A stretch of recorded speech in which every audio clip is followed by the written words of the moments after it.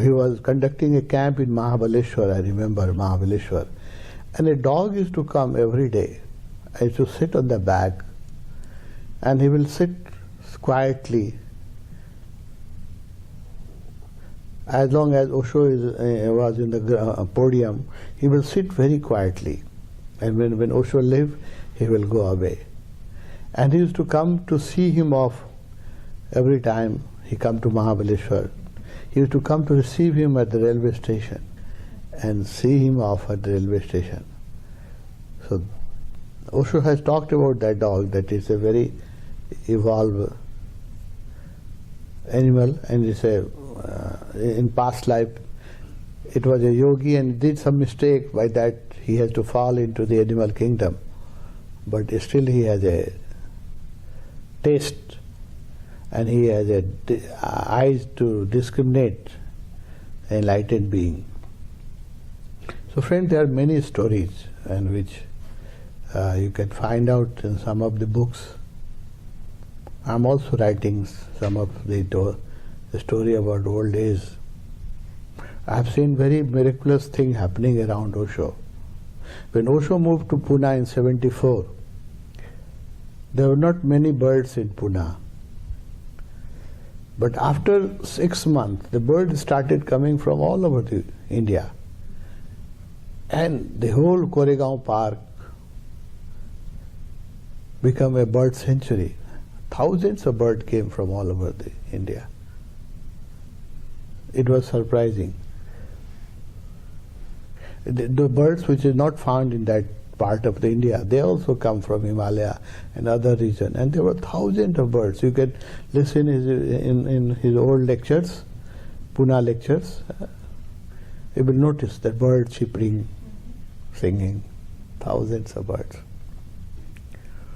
So directly or indirectly, an enlightened being becomes an invitation for all, not only for human being, but for even for tree and plants and animals.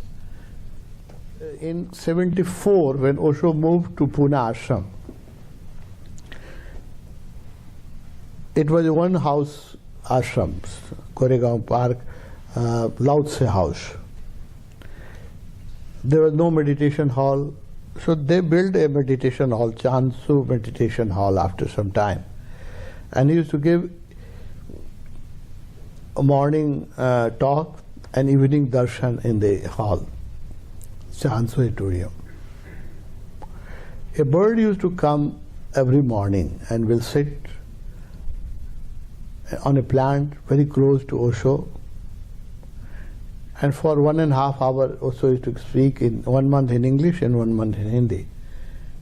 The bird will sit there unmoving for 1.5 hours. It was daily affair. And in the evening, when he used to give the sannyas, again the bird will come exactly at 7 and sit down and watch him. So indirectly the bird was in love with Osho. It was mysterious love. And we all used to notice that bird will come, and we all will know that it has a particular spot where it will come and sit down. One day it was raining very heavy, and there was storm and high wind in the evening. So during the darshan time, it was raining outside and it was very windy, cloudy day. So look, that bird could not manage to reach.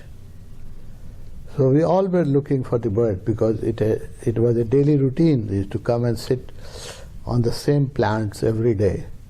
So that day it was missing.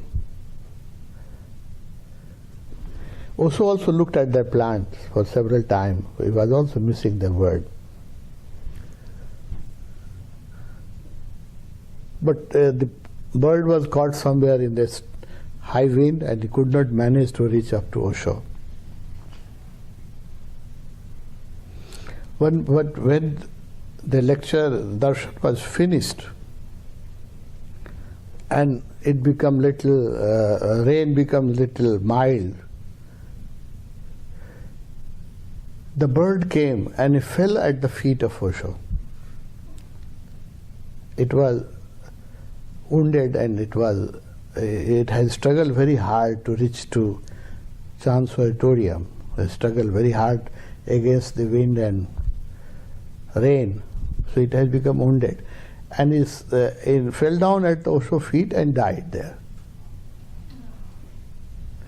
Osho picked up the bird, and next day in the morning lecture he has spoken about the bird, that it was a very high soul, and he asked the inmates to make a celebration, death celebration of the bird, as we make celebration of sannyasin. So same way the bird should be buried in the garden, Osho garden, and there should be celebration.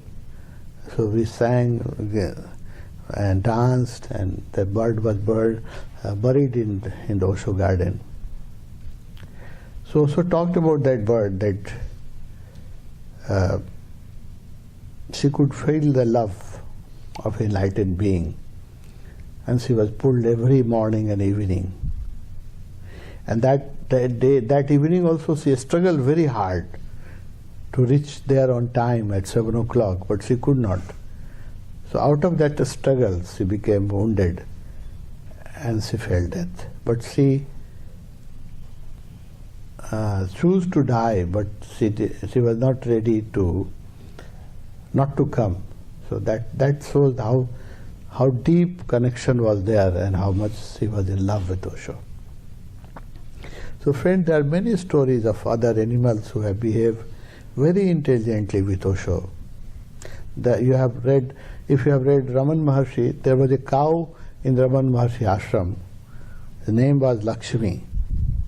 She used to come every morning to bow down at Raman feet, and she will not eat unless she had a darshan of Raman Maharshi.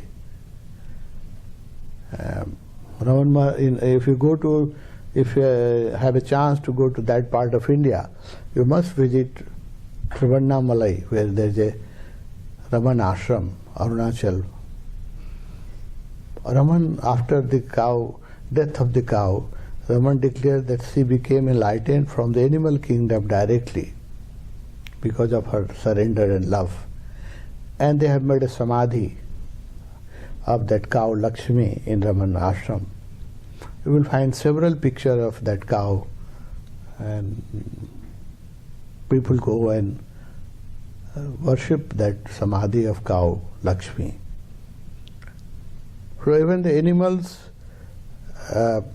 have that sensitivity, because they don't have much mind, so they are more sensitive and more intuitive than human being. Our mind interferes.